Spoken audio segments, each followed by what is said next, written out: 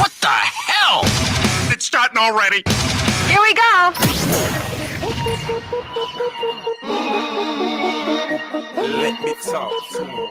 Let me talk to him. Welcome to the Matt Schneidman Show. That's a guy who is an intriguing one because he was an undrafted free agent. Follow Matt on Twitter and Instagram at Matt Schneidman. This is good stuff. Or use the talk and text line at 1-414-799-1973. If he can carry over what he's done in practice to games, then maybe we could start talking about, okay, Packers might have something here.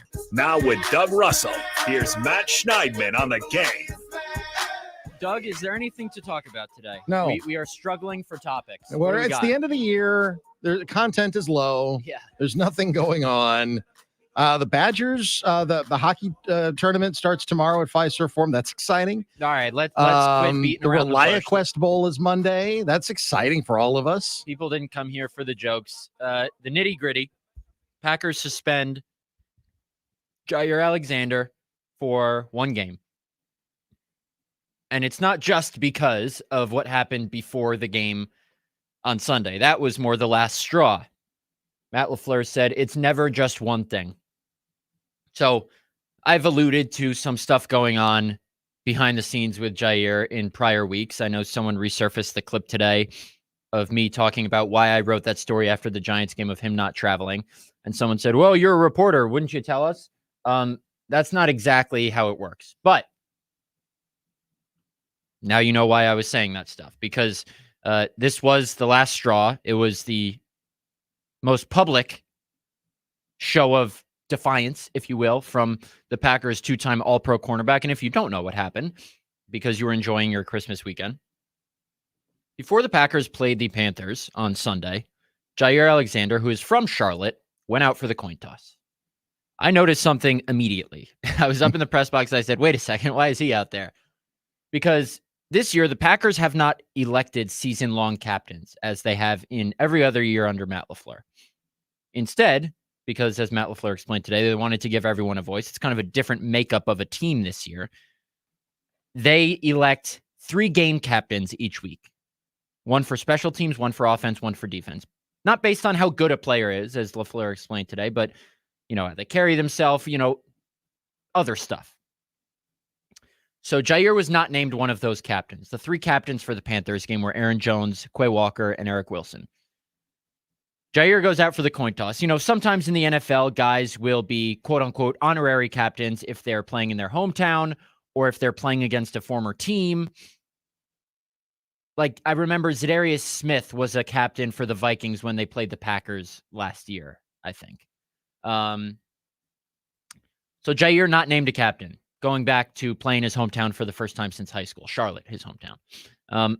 He goes out there. Not only does he go out there, he calls the toss, calls it correctly, says tails, and then almost screws the Packers over. Now, I will admit, I did not know of this technicality until this weekend. So I don't blame anyone else for not knowing it. So when you win the toss, the reason you say defer is not because defer does not mean we're kicking off. Defer means we defer our choice to receive to the second half. So, which I did know, but is very silly. Sure. It's ridiculous, but it's the rule.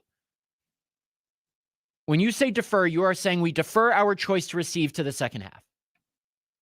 Jaire Alexander was caught on a hot mic saying something like, I want our defense on the field. So during the coin toss, you are electing which half you want to receive in, or electing your choice for a half. So if you say we want to receive, you're electing your choice for the first half. If you say we defer, you are electing your choice for the second half. By saying, I want our defense on the field, you are electing your choice for the first half, which means the other team gets to choose what they do for the other half. Yep. Because the team who doesn't win the coin toss gets to choose whatever half you don't choose. So when Jaire says, I want our defense on the field, he is saying, I want to kick for the first half. And this is our choice right now. We are not going to defer that to the second half. So I think there's obviously a lot of confusion about that. And years ago, that did happen. Somebody said, we want to defend. And okay, you get to defend. And I forget who it was, and I should look it up, and I should have looked it up before the show. I apologize for that. But it did happen where a team did elect to defend. Marty, I think. Was it people were Marty saying Mornhinweg? in the press box? Yes. Yeah. Okay. So the point being, referee Alex Kemp saved Jaire because he clarified what Jaire meant. Obviously, Jaire meant we want to kick and then receive in the second half. But that's not what he said, technically. So the referee, Alex Kemp, corrected him, saved the Packers, because if he went by the book, the Panthers would have received the ball to start both halves. That's not the reason Jaire got suspended. He didn't get suspended because he mixed up the coin toss verbiage. He didn't get suspended only because he put himself over the team and went out for the coin toss. He got suspended for a string of things. Now, we don't know exactly on the record what those are, but we do know that the final straw was what has been the most public development in this quote-unquote saga. This act of defiance, as I said. Now, there are people out there who say, who cares? It's funny. And you know what? When it comes down to it and you really think about what's going on here, it's hilarious. Like, it's ridiculous. You can't help but laugh. But at the same time, the Packers did the right thing. You can't have players just going free willy and doing whatever they want. So if I'm to take a stance here, which is not necessarily my job, but, I have an opinion. I have a radio show. Is what Jaire did the end of the world? Is it killing someone? No, obviously not. But you can't let that fly, because what precedent does that set? The Packers did the right thing. They made a statement by suspending him for a game they really need him for. Because if you let that fly, then things really start to unravel. And how many times this season have we talked about potentially losing the locker room and the Joe Barry thing and the Devondre Campbell frustration? Like, there's so much going around the Packers, and you have to applaud them for taking the stance. Now, people have said, well, why doesn't Joe Barry have to take accountability? You punish Jaire Alexander, but why aren't you firing Joe Barry? They don't have anything to do with one another. I think Andy Herman put it well today on Twitter. There's a difference between punishing someone or disciplining them or firing them for lack of performance and for personal conduct issues. Two completely different things. If Joe Barry, beat the crap out of Matt LaFleur, he would be fired. With cause. With cause. Now, I understand people saying, well, why aren't you holding Joe Barry accountable? That will happen, most likely after the season. But these are two completely independent things. The fact of the matter is, the bottom line is, Jaire Alexander did something that in the eyes of the Packers, and I think the Packers, reacted appropriately, was inexcusable. He put he put individual above team. How many times have people said we're the Green Bay Packers? That nobody puts individual above team, even Aaron Rodgers. Well, Jaire Alexander, he's accomplished a lot, but this couldn't fly. And the Packers laid down the law, and now they will be without the highest paid cornerback in NFL history in a must-win game against one of the best receivers in the league. I applaud the Packers for doing what they did completely. And I'm not even going to go, it's like the inmates running the asylum. I think there's some connotations about that I don't want to get into. I don't want to become involved in. I will say this, comparing the Jaire Alexander situation to the Joe Barry situation is like comparing apples and skyscrapers. They have absolutely nothing to do with each other, like you said. So I agree with you there. Joe Barry will, in all likelihood, be let go for performance issues. Jaire Alexander will not be. Jaire Alexander was disciplined because, again, he went rogue, is what he did. He appointed himself captain of the team. Can't do that. You can't do that. That would be like me going into Tim Scott's office and saying, you know what? I'm going to be the program director today. It doesn't work like that. You can't appoint yourself something without the consent of the people who are in charge, whether it's the head coach, whether it's the teammates who elect captains, whomever, the collective is always bigger than the individual. And when you put yourself above everyone else, even if you are the highest paid cornerback in NFL history, when you put yourself above everyone else, that just basically tells the ones that are supposed to be in charge, the coaches that, you know what, no matter what you say, it doesn't matter because you're not in charge. I'm in charge. And you can't have that. No, he didn't kill anybody. No, he didn't beat anybody up. But you can't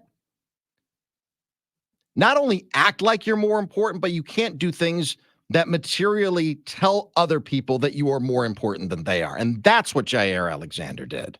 Now, Jaire Alexander said after the game that the guys were fine with it. He said, I don't think coach knew I was from Charlotte. I'm paraphrasing here in my video that I tweeted that has now, blown up today because people are now realizing why he actually got suspended. Because in the team statement, it was just for conduct detrimental to the team. And Brian Gutekunst said for what happened before the game. And then I, thankfully had my camera out when we talked to Jaire Alexander after the game in Charlotte.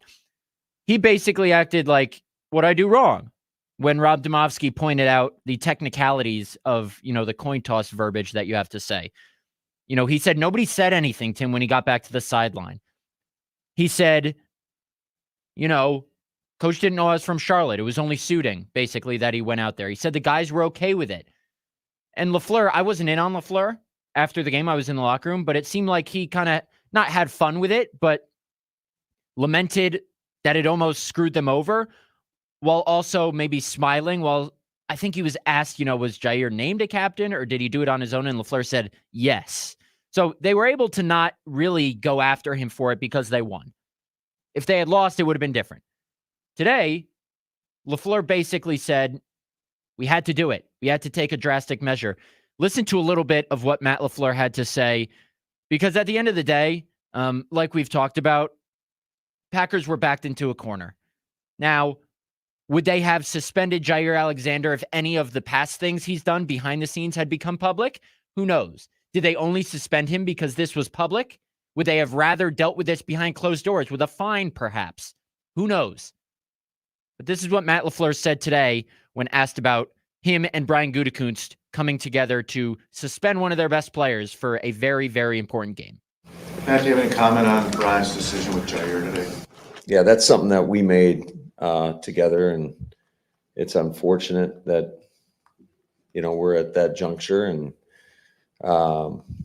felt like it was in the best interest long term for our team and for Jaire, and certainly it was a tough decision, especially kind of where we're at right now, and one we don't take lightly, but there's standards that we're all held accountable for. And when they're not met, unfortunately, sometimes you got to take some drastic measures. However, I will say that, we are expecting we'll get him back, and we're looking forward to get him back. I think we had a long conversation this morning. I thought it was very productive. And, I think in the long run, although it's painful now, I think we're all going to be better for this moving forward. Sorry, go ahead. Go ahead. Was the decision made just because of the coin toss, or was it more of a last straw and it's been an accumulation of things? I'll just say this. It's never for one thing. But like I said, I think there's a lot of lessons along the way from everybody involved, and hopefully we learn from them. I think we will. I think there will be probably better communication moving forward. And like I said, I think Ja's going to be here a long time. He's a hell of a player. And just looking to move past this and learn from it, and we'll all move forward and be better for it. So there's Matt LaFleur. Notably, two most notable things in that, I think, are him saying it's never just one thing, implying that this has been a string of things, even though he said, it was just injury recovery related why he didn't travel to the Giants game. Who knows when that stuff will come out on the record, whatever. And then he said, I think Jaire is going to be here for a long time. Jaire Alexander is in his second year of a 4-year, $84 million contract extension he signed before the 2022 season. When healthy, he has proven to be one of the best cornerbacks in the league. 2-time second-team All-Pro. He's only 26 years old. Still the highest paid corner in the league in terms of average annual value at $21 million per year. He has 2 years left on his contract. it would not do the Packers any financial favors, according to Over the Cap, by trading him this offseason.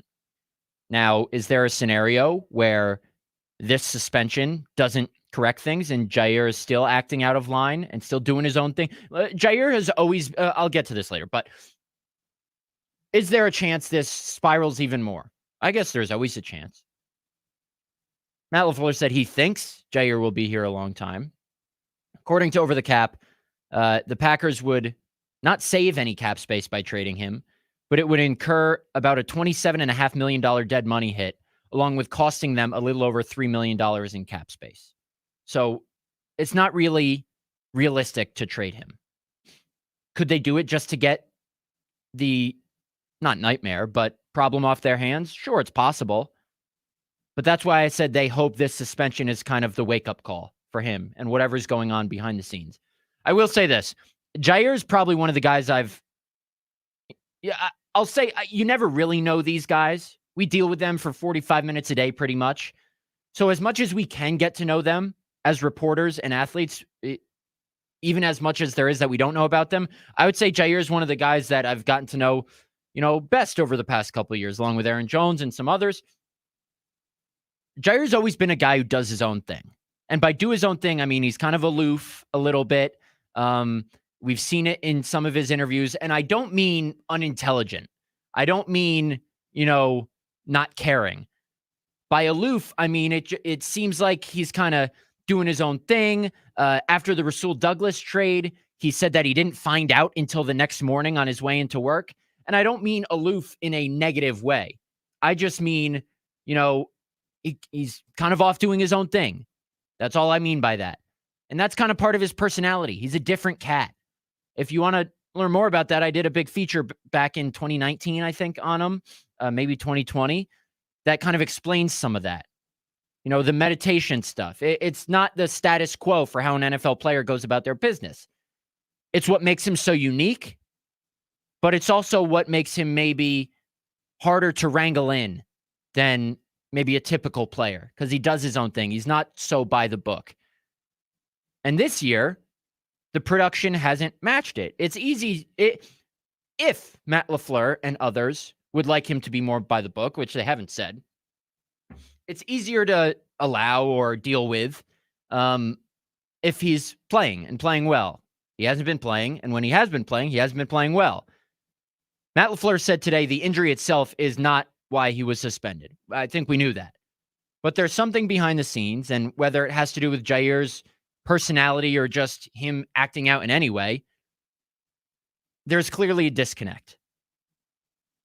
Matt LaFleur did say today he 100% believes his relationship with Jaire will be better off because of the conversation they had today and the steps they hope to make going forward from this. Now, whether that turns out to be true, who knows? But there has clearly been some sort of clash of personalities, whether it's between Jaire Alexander and Matt LaFleur, Jaire Alexander and Joe Barry, and not even so much a clash of personalities, but just maybe not liking someone. A lot of people have speculated that Jaire doesn't like Joe Barry. Certainly possible. You can read into some of the answers that he said after the game. He said, yes, it is worrisome, basically, that we just allowed 30 points to the Panthers, but we got to play the call that's called.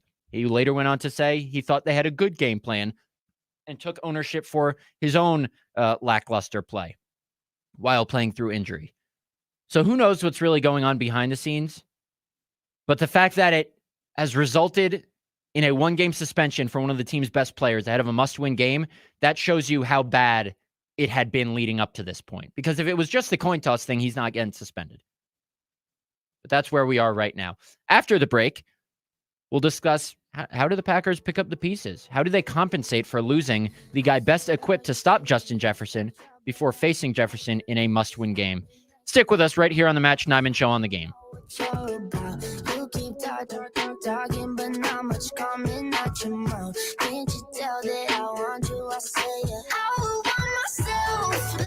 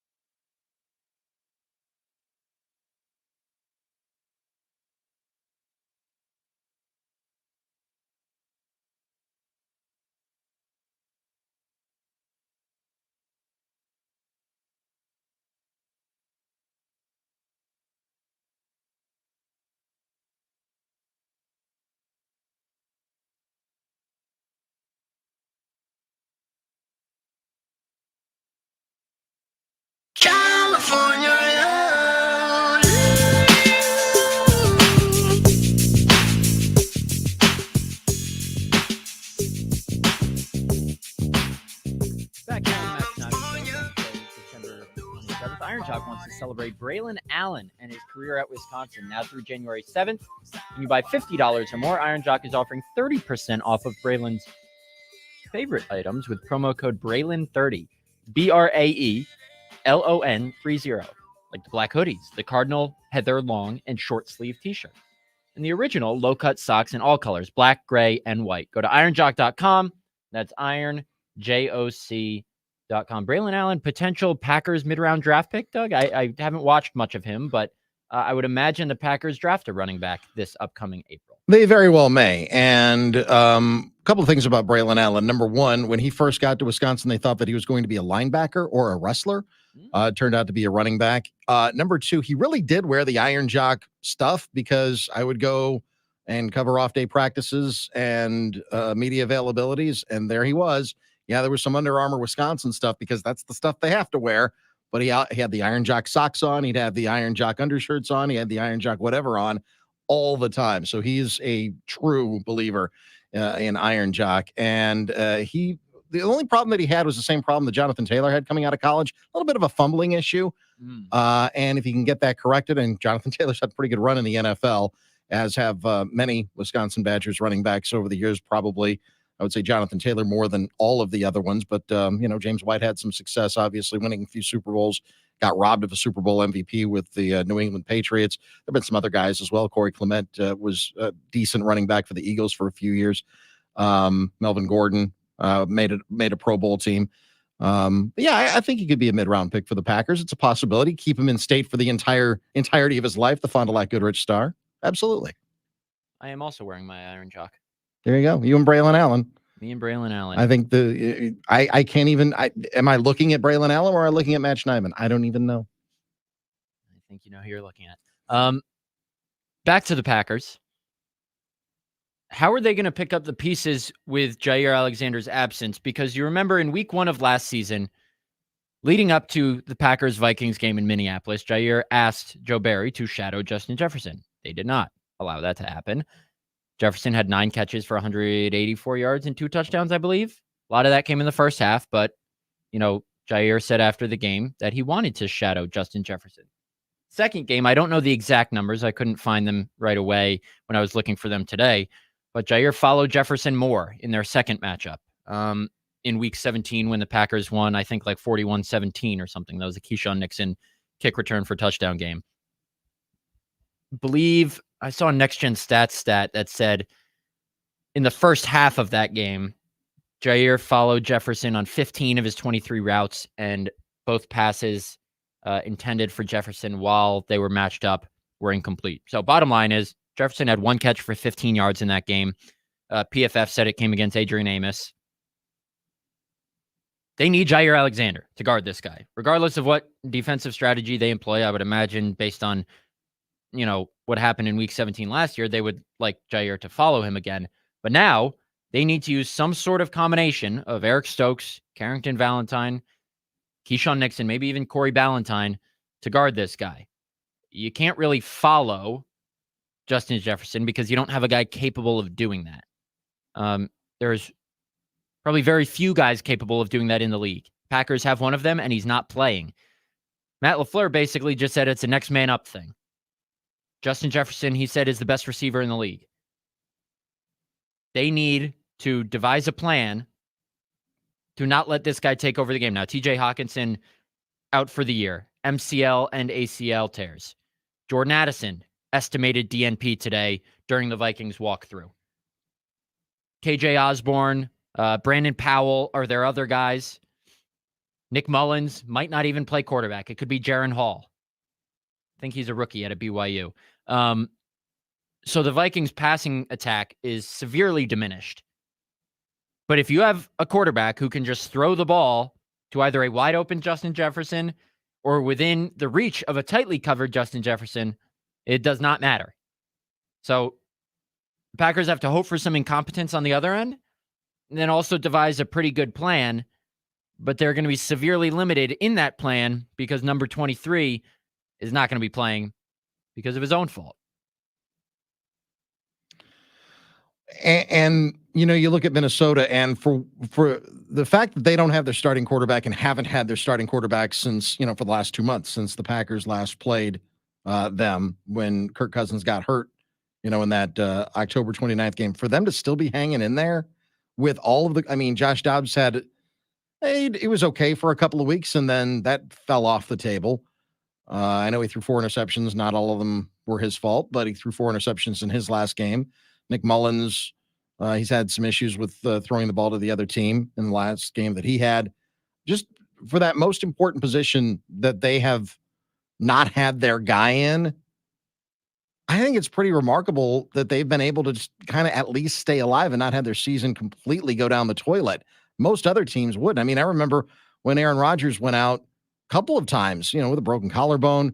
The Packers went more than a month without winning a game, and they were an odds-on favorite. There was one of those years, when you had Aaron Rodgers at the beginning of the season, you felt like this was a team that had Super Bowl aspirations, because they really did most seasons. He gets lost for 6 weeks, and they have to scramble their way back to get back into playoff contention. I give Kevin O'Connell a lot of credit for just kind of keeping this team together, even though they're not fulfilling the promise of how good I thought that they could be at the beginning of the season. I figured that the Lions were the best team in the division. I also figured that the Vikings were probably the second best team in the division. So we'll see how things pan out on Sunday Night Football. But yeah, Kevin O'Connell, I think, has done a pretty good job just kind of keeping these guys from completely falling apart. Whether it was with Josh Dobbs, Nick Mullins, whoever. Now you know why having a backup quarterback is so important in this league.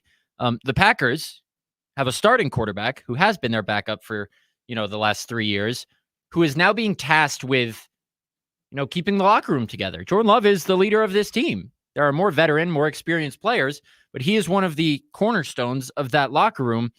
Here Love was today when asked about, the Jaire suspension, the Devondre Campbell frustration, the Joe Barry job speculation, potentially being distractions as the team heads into a must-win 2-game stretch here. I don't think any of that is affecting anybody in the locker room.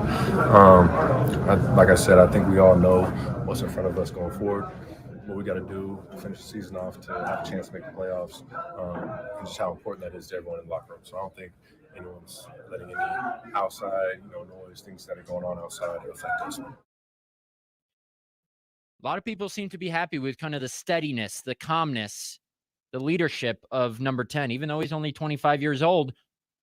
And now, not only is he going to have to keep the team together off the field, but on it, kind of reminds me of what Aaron Rodgers had to do over the years, even though I wasn't here for a lot of those years, to compensate for the defense and special teams. That's a story I'll have coming out later this week. Is we expected to see a lot of comparisons between Love and Rodgers this year. One we maybe didn't expect to see, at least not this soon, was Love having to do what Rodgers did and bail out the defense and special teams. We thought it was going to have to be the other way around. Absolutely.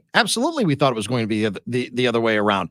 The defense, and I was for a separate piece, I was going through some of the things that Mark Murphy was saying prior to the year beginning. We've got 7 first-round picks on defense. We're really looking forward to this, defense helping out the offense. The offense is going to be so young, and we expect some bumps in the road. And they did have some bumps in the road with the offense early on. And then, you kind of saw this turning of the tide. And, the Packers defense was bend but don't break until the floodgates opened up, and then the dam burst. And, we've seen the last couple of weeks how everyone's calling for Joe Barry's head. Meanwhile, Jordan Love has been everything that you could possibly imagine and more if you're a Packers fan. And I think Packers fans, by and large, sometimes when it comes to quarterbacks play, if you're of a certain age, if you're, maybe under 35, 36, 37 years old, and you don't remember what it was like to not have a Hall of Fame quarterback, maybe you just kind of expect to have Hall of Famer after Hall of Famer after Hall of Famer, and you don't know what it's like to wander out in the wilderness without, that most important position in sports. Jordan Love's been fantastic this year.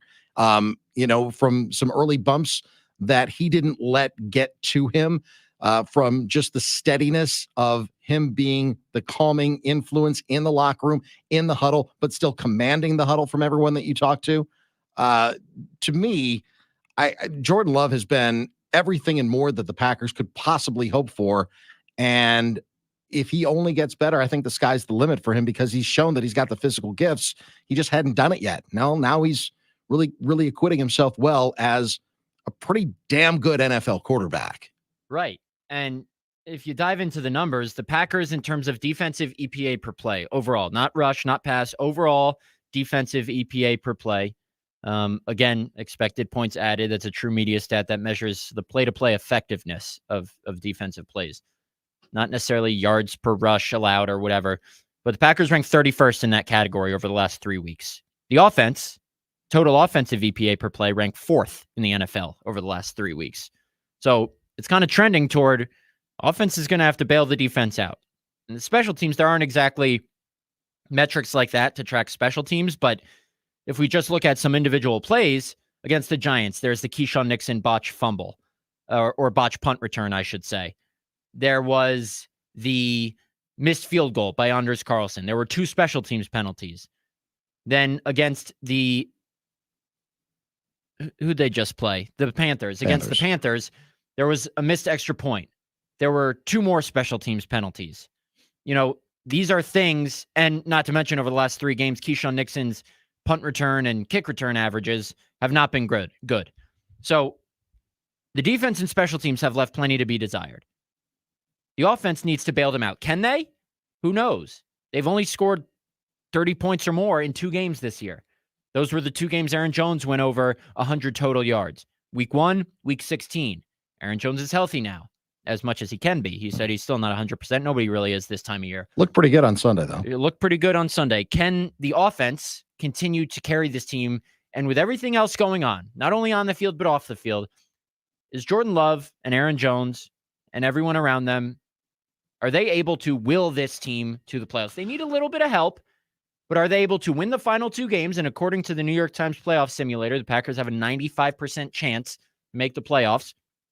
If they win out, they'd need either a Steelers win against the Seahawks or the Rams to beat the Giants and then lose to the 49ers. There are a couple of other things that need to happen, but there's a realistic shot if the Packers win out that they go to the playoffs as either the 6 or 7 seed. Mm-hmm. Can the offense do enough to get them there? I think, listen, I'm never going to bet against Aaron Jones, ever. And I think that Jordan Love is learning, and just kind of from my observation, I think that when you've got someone who's as good of a leader as Aaron Jones is, and maybe he learned some of it from Aaron, who knows, or Aaron Rodgers, to specify. And maybe Jordan Love certainly picked up some things from Aaron Rodgers, more than just his play on the field. But that's why it's important to have some guys that are still around, even as young as this offense is. Aaron Jones is in his 7th NFL season. I know it's his first year as a starter, but Jordan Love is in his 4th NFL season. A.J. Dillon in his 4th NFL season. David Bakhtiari, I know he hasn't been around much. He hasn't played, hardly at all the last couple of seasons. But, just to have somebody that's a resource for you that can, teach you how to become a leader. So as long as Aaron Jones is as healthy as he can be, again, nobody's 100% at this time of the year, as long as he's as healthy as he can be and he's contributing and he's a guy who's in the huddle, I'm not going to bet against him. No, neither am I. And it gives me good feeling not only for the last 2 games of the regular season, whether the Packers win out and get to the playoffs or don't get to the playoffs, it gives me a good feeling that they're at least trending in the right direction. So can they do it? I think they absolutely can. And the offense, the last 6 games, Jordan Love's thrown 13 touchdowns and only turned the ball over once. He's only thrown 1 interception. Turned the ball over twice. Turned 1 interception. And he lost that fumble against the Buccaneers. Right. Yes. 1 interception, 1 fumble. So he's turned the ball over twice, but 13 touchdowns, 1 interception, 1 fumble. Yeah, I'll take that. That's taking care of the football. That is putting yourself in a position where maybe you don't have a whole lot of all pros surrounding you yet, but when you put yourself in that position, when you do the little things correctly, other good things are going to follow. So that, to me, if you're asking the question, can the offense carry the defense and the special teams? I think they can. They may have to. Last time I checked, I think in offensive pass EPA per dropback, Jordan Love ranks 3rd among quarterbacks in the last 7 games, I think it is, since week 9, whatever that is, behind Brock Purdy and Dak Prescott. So the fact that the Packers are 7-8 is a testament to the offensive turnaround, because at the beginning of the season, we were sitting here talking about, okay, the defense needs to pick up the slack until the offense figures it out. You remember Jaire talked about after the Raiders game, we might need to prevent teams from scoring touchdowns altogether because the offense needs to find its mojo. Well, the offense found its mojo, and now the defense has dropped off a cliff.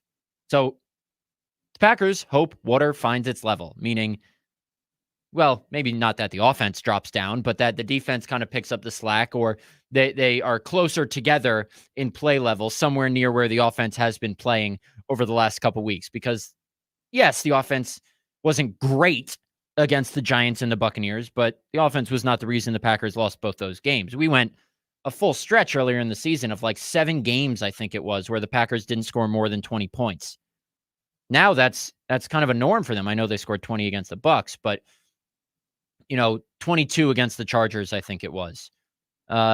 29 against the Lions. 27 against the Chiefs, they scored. 22 against the Giants, 20 against the Bucs, 33 against the Panthers. Like, that's now 6 straight games where the Packers have scored at least 20. The offense, compared to earlier in the season, isn't the problem. It's the defense and special teams that have to maybe not play perfect ball up to the offense's level, but just not be minuses, just not drag the team down. And that's what they've been doing. Yeah, and that's just give your defense a chance, basically, is what it boils down to. The defense has to give the offense a chance and vice versa. And, whether that's, the complementary football, the buzzword that we've been hearing a lot more in the last year or so it seems. But it just, right now, I mean, there you can identify exactly what's working and what's not working. It's maddening to watch the defense melt down again against Carolina, a terrible football team that hadn't scored 30 all season long. They put up 30 in week 16 against Green Bay. So, I mean, that part's just frustrating because, you think that with the talent that they have that they should be better, but there's obviously some sort of disconnect.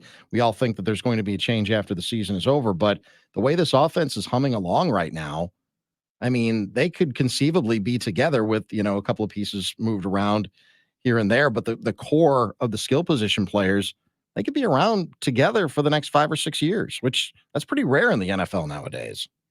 Sure. And that's the encouraging thing about this season, regardless of how it ends. We talked about this last week. Regardless of how this season ends, Packer fans know they're going into next season with Jordan Love, Romeo Doubs, Christian Watson, Dontavian Wicks, Jaden Reed, Luke Musgrave, Tucker Kraft, who knows what at running back, probably Aaron Jones and, a guy they draft high. That's got to be encouraging. Now, it would be an added bonus if they are able to sneak their way into the playoffs. Forget winning a playoff game. Making the playoffs in year 1 of Jordan Love, in spite of the defense and special teams, that would be quite the accomplishment. Can they do it? We'll find out. After this break, we're going to give you the injury updates from Lambeau Field today. Are any wide receivers going to play this week, or are they going to have to target Bo Melton and Malik Heath again? Hey, worked last week. We'll get you up to date on all that, so stick with us right here on the Matt Schneidman Show on the Game. I got the right temperature for shelter you from the storm. Hold on, girl, I got the right tactics to turn you on.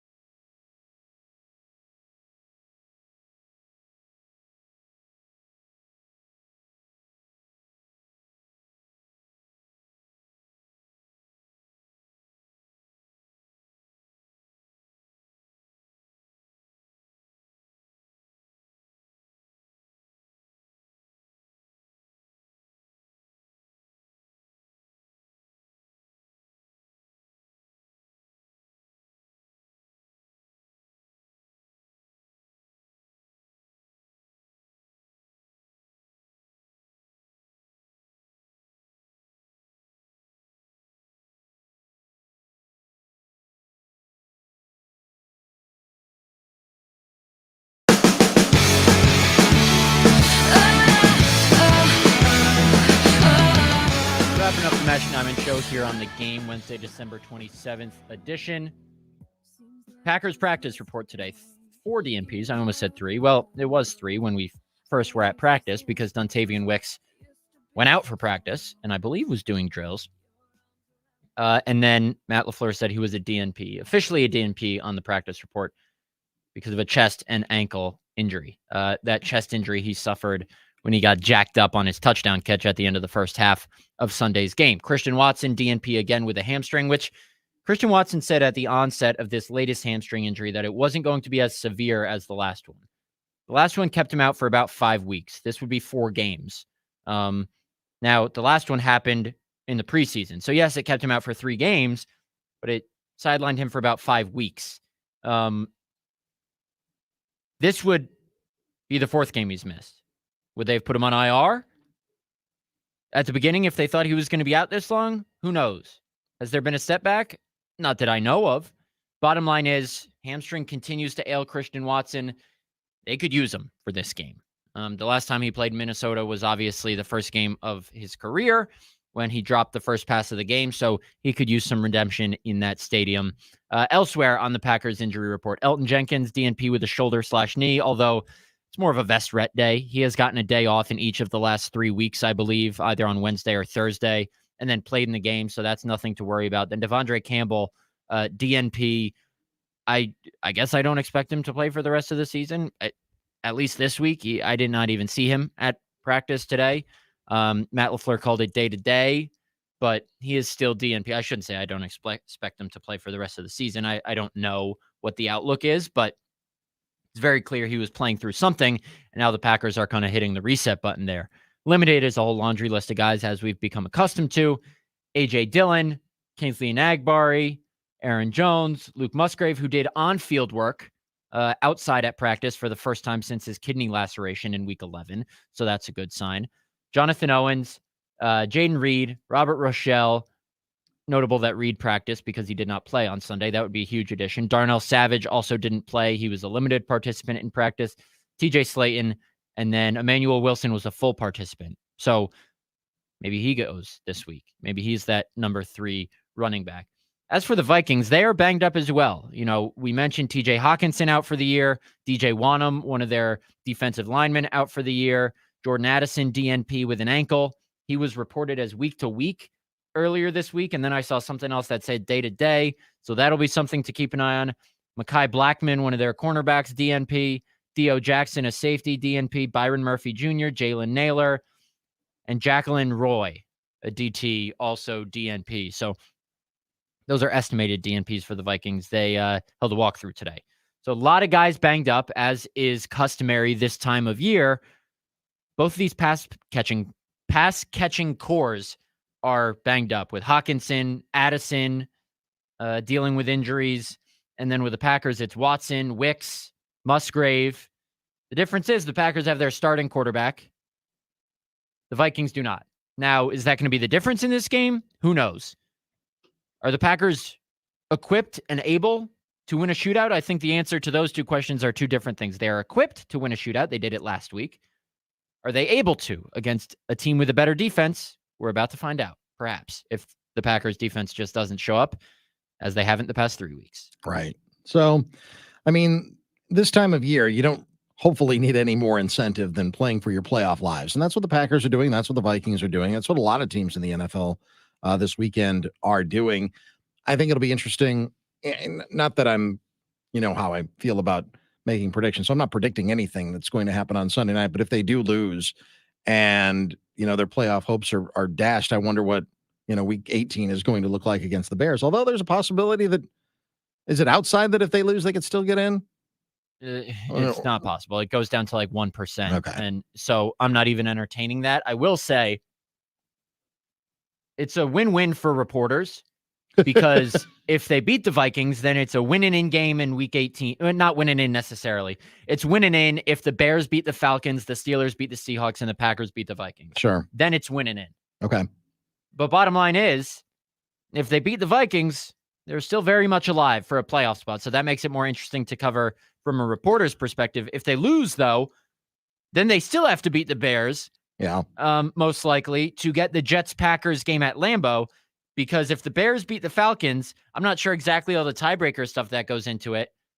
Well, actually, if the Bears are one game back of the Packers right now, if the Bears beat the Falcons and the Packers lose, then the Packers have to beat the Bears next weekend to most likely come in third place, which would have them host the Jets next year, which is a reporter's dream to cover Aaron Rodgers at Lambeau. So, we're kind of in a win-win scenario heading into Week 18 here.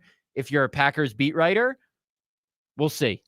Or radio reporter. Listen, I want to see it as much as anybody. Any kind of reporter, yes. Yeah, without a doubt, because I was standing on the field, which they don't necessarily let us do a whole lot of anymore, but back in the day they did when when Brett Favre, now I'm conflating, when Brett Favre still was the first time that he came around and played for the Vikings, and just to hear it was mostly boos, and it was loud, but the reaction was loud overall. There were some cheers. There's no question about that. So don't let anybody tell you any different, because I was standing kind of right next to him as Sage Rosenfels and, Brett came out of the tunnel. So it was noticed. We'll put it that way. But, when Aaron Rodgers comes out, I don't know that it will be, because it's, it'll be the Jets. It won't be the Vikings. So there won't be the same hatred for the, piece of laundry that he happens to be wearing. But yeah, it will be definitely interesting. It will be the story, certainly, of the week in the NFL. I would imagine that if the Jets wind up in Green Bay, the NFL is probably going to make it a Sunday night football spectacle. That's for sure. You think? Yeah, that's my guess. And I'm going out on a limb here. Yeah, going out on a limb there, real strong. That's a question for the future. It's so fun, though. It's so much fun. The question for the present is, can the Packers knock off the Vikings in US Bank Stadium, which, by the way, is my favorite stadium to cover games, and I'll be on the field before the game doing TV for NBC 26. So tune in to NBC 26, a little cross promotion here, probably around 6:15, 6:20 Central Time before the game. The drinks are going to be flowing for fans, not me. It's New Year's Eve. Yeah. If the Packers win or lose, it's either a celebration or a drowning of the sorrows. And I'm going to be in a press box when the ball drops. So I can't think of a better way to spend my New Year's Eve than that. Well, we're going to be here. So you're looking, if you're watching the stream, right, you can see the surroundings that I'm going to be ensconced in when the ball drops in New York City. Is there a ball dropping in the Iron Jock studio? Yeah, we'll figure something out. Okay. We'll figure something out like we did last week. We had kind of a potluck on Christmas Eve. I made my grilled cheese sandwiches, and so maybe I'll bring that in again. So yeah, we'll have a good time with it. But yeah, so US Bank Stadium's your favorite. Yes. It replaced the Metrodome. Did you ever get to cover a game at the Metrodome? No. Okay, so the Metrodome, you want to talk about asses to elbows? There was absolutely no room. Listen, I'm bigger than the average bear. I get that. But I was basically sitting on my neighbor's lap every time I would go to the Metrodome to try to cover a game. There was no room to maneuver in that press box whatsoever. A lot of room in this press box, and I like those open air press boxes at indoor stadiums. Obviously, US Bank is one of those. So I'll be looking forward to that game. We'll be back. Well, we won't be back on this station tomorrow because it's a football feast. I will be on. Doug probably on the 1s and 2s, I'm assuming. Oh, yeah.